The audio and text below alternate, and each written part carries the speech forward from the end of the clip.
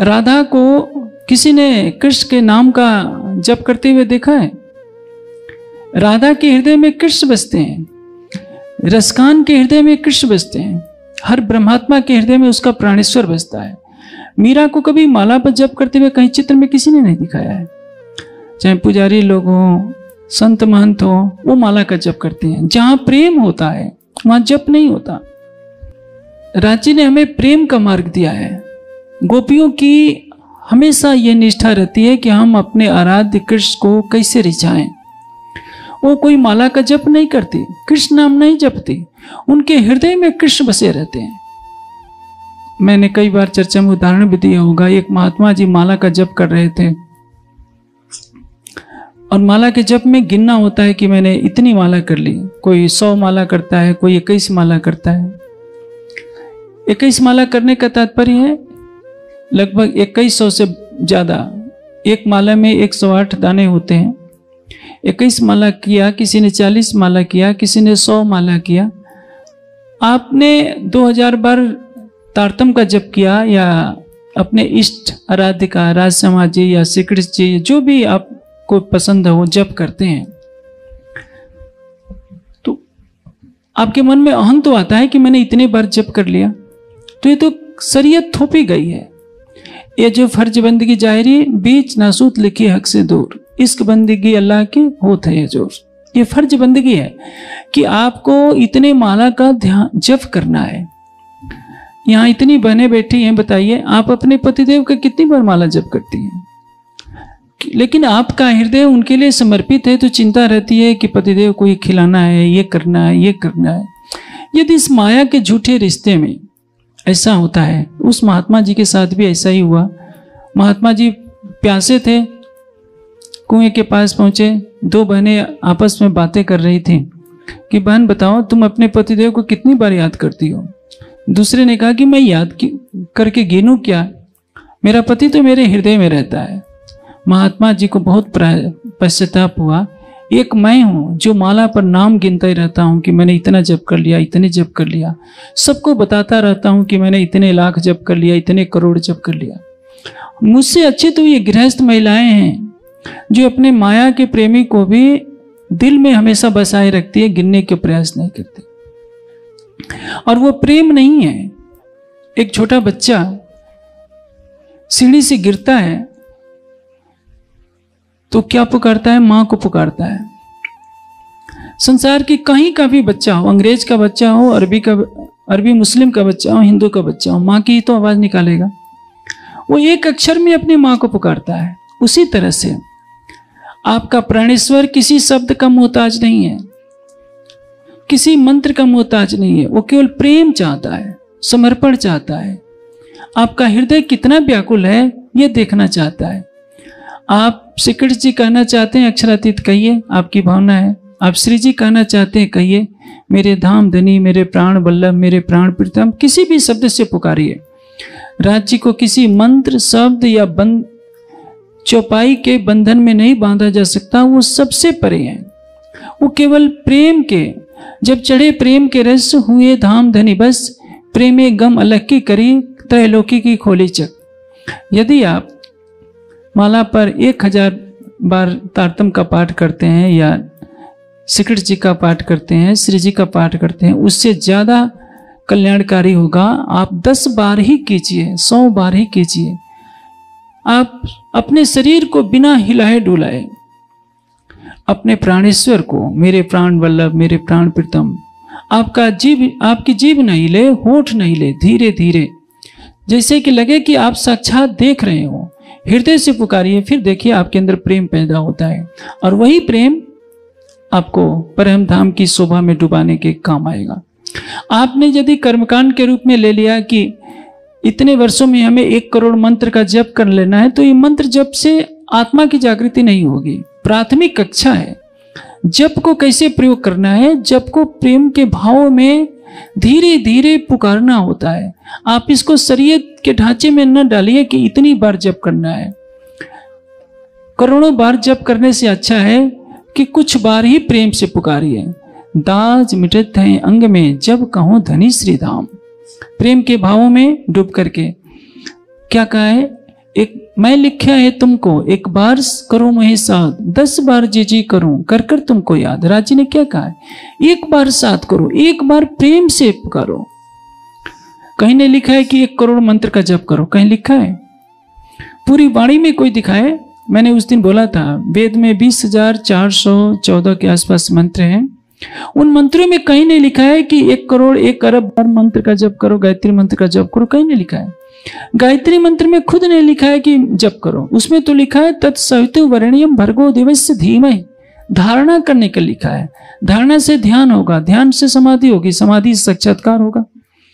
आज दुखद पहलू तो इस बात का है कि आज सबको कहा जाता है कि चितवनी कुछ नहीं है, केवल जप ही सर्वोपरि है, और अंत में मृत्यु के समय भी जप की ही शरण में आना पड़ेगा। तो हंसी आती है कि ऐसा वक्तव्य देने वालों को ध्यान की कोई परिभाषा ही नहीं मालूम है, न चितवनी का व्यवहारिक अनुभव है। जो चितवनी में डूब जाएगा, चितवनी का तात्पर्य क्या है? अब चितवनी से कहता हूं जो देत साहित्य कल, चितवनी का तात्पर्य है अंतर्दृष्टि से साक्षात राज्य को देखना, और उसको देखने के लिए अपने शरीर से परे होना पड़ेगा, मन बुद्धि से परे होना पड़ेगा। उसके लिए किसी बाह्य कर्म कांड की आवश्यकता नहीं होती है, और इसी में हमारी आत्म जागृति का रस छिपा हुआ है। अब चौपाई के अंतिम चरण में क्या कहा है, पर आत्म धनी मिलाए, सूरत पक्की करो धाम की, पर आत्म धनी मिलाए। एक लक्ष्य लेना है कि हमारी सुरता परम धाम में पहुंचे, परात्म का श्रृंगार सजे। जो मूल स्वरूप है अपने, जाको कहिए परात्म, सो परात्म संग लेके विलसिए संखसम। हम अपनी परात्म का श्रृंगार सजें और अपनी आत्मिक दृष्टि से परात्म के भाव में अपने मूल तन को देखें, अपने प्राणेश्वर युगल स्वरूप को देखें, और इस प्रेम में डूब जाए कि जित देखो तित श्याममयी है। हमारी दृष्टि में केवल राज्य श्यामा जी रहे, हमारी बातों में केवल परम धाम रहे, युगल स्वरूप की छवि रहे। हम सब सुंदर साथ के अंदर परम धाम की ब्रह्मात्मा का भाव लें, सबके हृदय में बैठे हुए युगल स्वरूप को देखें। यदि हम राज्य की शोभा में डूब जाएंगे तो किसी से हमारी घृणा नहीं रह जाएगी। हम काम क्रोध मद लोभ अहंकार आदि विकारों से परे हो जाएंगे। इसलिए सभी सुंदर साथ को जागने की इस वेला में, ये जागनी यात्रा चल रही है, सबको प्रेरणा देने के लिए कि हम वाणी के चिंतन में डूबे, युगल स्वरूप की शोभा में डूबे। आप देखो औरों को दिखाओ, स्वयं हम देखें, युगल स्वरूप को देखें, 25 पक्षों को देखें, क्योंकि हमारा नैतिक अधिकार है। इसलिए चौपाई में कह दिया कि भली बुरी इन दोनों की जिनको चित लिया है। चितवनी की राह में कोई क्या कहता है इसकी कोई परवाह न करें। वो वीर है, परम वीर है, जो संसार की सारी तृष्णाओं से युद्ध कर रहा है। इसी को तो दज्जाल से युद्ध करना कहते हैं। दज्जाल क्या है? हमारे और धनी के बीच में जो पर्दा बन जाए वही तो दज्जाल है। और ये दज्जाल क्या करता है? दज्जाल करत कछु ऐसा, अंतर करे दखल, दोस्त को दुश्मन करें फिर आए देवे अकल। यह दज्जाल हमें धनी के चरणों से दूर कर देता है। लेकिन यदि आप सब सुंदर साथ एक दृढ़ संकल्प लें, आपके विकार आपको पीछा कर रहे हैं, तो चितवनी से उठने के बाद आंखें बंद किए ही सच्चे हृदय से पुकार लगाइए कि राज्य इन सभी विकारों को मेरे से हटा दीजिए और मेरे हृदय में अपने दोनों चरण कमल विराजमान कर दिए। ए चरण मेहर करे जिन ऊपर, तय देत हृदय पूरन स्वरूप, युगल स्वरूप चित चुभत सुख सुंदर रूप अनूप। अब 21वीं सदी है, 14वीं सदी नहीं। 14वीं सदी में अज्ञानता का अंधकार था। उस समय सबके हाथों में माला पकड़ाती गई थी, कान में मंत्र फूंका जाता था। अब वो मंत्र फूंकने का युग नहीं है, माला पकड़ने का युग नहीं है। अब है हर घर घर में ब्रह्मवाणी होनी चाहिए। हर सुंदर साथ को ब्रह्मवाणी का चिंतन करना ही होगा। और हर सुंदर साथ को जो 12 से 15 से ऊपर साल का है, सबको चितवनी करते करते ही यह संकल्प लेना होगा कि हमारी सांसें भी निकले तो आपके ध्यान में निकले, आपके युगल स्वरूप के नख से सीख तक की शोभा में ध्यान रखें।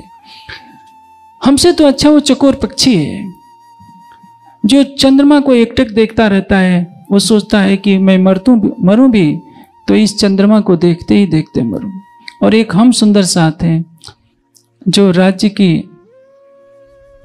अरबों खरबों चंद्रमा से सुंदर मुखार बिंद को छोड़कर माला का जप लिए बैठे हुए होते हैं, सोचते हैं कि माला का जप हमें परम धाम की जागृति दिला देगा। ये भ्रम है। इसलिए ये चौपाई हमारी आत्मा को झकझोरने के लिए है कि सूरत पक्की करो धाम की परातम धनी मिला है। हमारा लक्ष्य होना चाहिए। प्रण कीजिए कि शरीर छूटने से पहले हमें अपनी आत्मा से अपनी परात्म को देखना है और युगल स्वरूप को देखना है। उनको सिखापन देने के लिए उद्धव जी आते हैं और उनको कहते हैं कि देखो तुम योग साधना करो। देखिए, योग साधना अलग है और चितवनी अलग है, थोड़ा सा अंतर है। योग साधना में चित्त की वृत्तियों का निरोध किया जाता है। उद्धव जी ने जो उपदेश दिया वो निराकार की साधना का था। चितवनी प्रेम की साधना है। राज्य के सौंदर्य के सागर एक एक अंग हैं, उन एक एक अंगों में अपनी सुरता को लगाया जाता है और प्रेम की दृष्टि से उनको देखा जाता है। जैसे आसुक मासुक की शोभा को देखता है, उसी तरह से एक ब्रह्मात्मा अपनी सुरता से परम धाम के 25 पक्षों में प्रवेश करती है, मूल मिलावे में जाती है और अपनी परात्म का श्रृंगार सजकर राज्य को निहारती है। निहारना अलग है और देखना अलग है।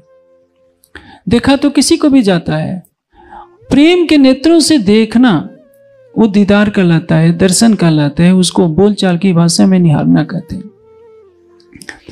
अब राज्य ने हमें चितवनी का जो मार्ग दिया है, इसमें चित्त की वृत्ति को राज्य के प्रेम में की धारा में डुबोया जाता है। योग में चित्त की वृत्तियों का निरोध किया जाता है, अंतर है। योग में किसी लक्ष्य पर मन को केंद्रित करके चित्त की वृत्तियों को समाप्त कर दिया जाता है, निषेध कर दिया जाता है कि हमारे चित्त की सभी वृत्तियां समाप्त हो जाएं, क्योंकि चित्त की वृत्तियों का निरोध ही योग है। चितवनी में क्या किया जाता है? प्रेम में डूब करके वृत्तियों का निरोध किया जाता है। दोनों में अंतर होता है और इसलिए इस प्रेममयी साधना में जो चलेगा उससे बड़ा कोई मार्ग नहीं होता। इसका कोई ये लक्षण जो नैनो पलक न दे। नैनो पलक न दे का तात्पर्य क्या है? जिस शोभा को हम देख रहे हैं उसको देखने में ही लगातार रहें, पल भर के लिए भी हमारे पलकें बंद न हो जाए, क्योंकि हमारी पलक बंद हो जाएगी तो वो दृश्य हमारी शोभा से ओझल हो जाएगा, हमारी दृष्टि से ओझल हो जाएगा। यदि राज्य का चरण कमल दिख रहा है तो दिखता रहे, कभी भी वो ओझल नहीं होने पाए। इसको कहते हैं चितवनी। वो मैंने प्रसंग बताया था कि महात्मा जी जैसे ही उन दोनों बहनों की, दोनों महिलाओं की बात सुने, अपनी माला को कुएं में फेंक देते हैं। दोनों महिलाएं पूछती हैं कि महात्मा जी आपने इसको क्यों फेंक दिया अपनी माला को? महात्मा जी कहने लगे कि देखो, मैंने तो घर द्वार छोड़ा है परमात्मा को पाने के लिए। मैं आत्मा के प्रति को याद करता रहता हूं कि आज मैंने इतनी माला कर ली है, इतनी करनी है, और तुम तो दिन रात उसी प्रेम में खोई हो, इसलिए मैंने बंधन मानकर इस माला को छोड़ दिया। तो याद रखिए, माला का जप जो है अध्यात्म का एक छोटा सा स्तर है, प्रारंभिक स्तर है, जो बच्चों के लिए है या जिनका चंचल मन है उनके लिए है। जो थोड़ा और आगे बढ़ते हैं वो माला का परित्याग कर देते हैं, आंखें बंद करके हृदय से जप करते हैं।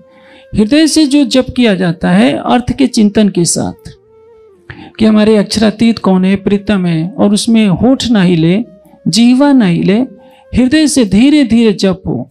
जरूरी नहीं है कि 108 बार जप हो, 5 बार जप कीजिए, लेकिन हृदय से कीजिए जैसे आपका हृदय पुकार रहा हो। और यही ध्यान में बैठने वालों को करना होता है। जप के समय उनकी जीवा भी न हिले, होठ भी न हिले, हृदय से हो तो परिणाम क्या होता है?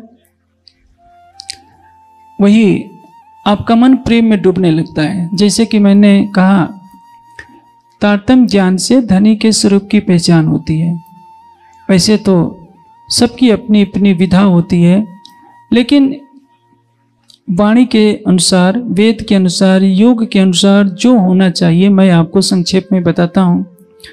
मैं आशा करता हूँ कि दूर बैठे हुए सुंदर साथ जो देश विदेश में हैं यूट्यूब से सुनेंगे, मेरी बात को सकारात्मक रूप से सोचेंगे, नकारात्मक भावों से नहीं।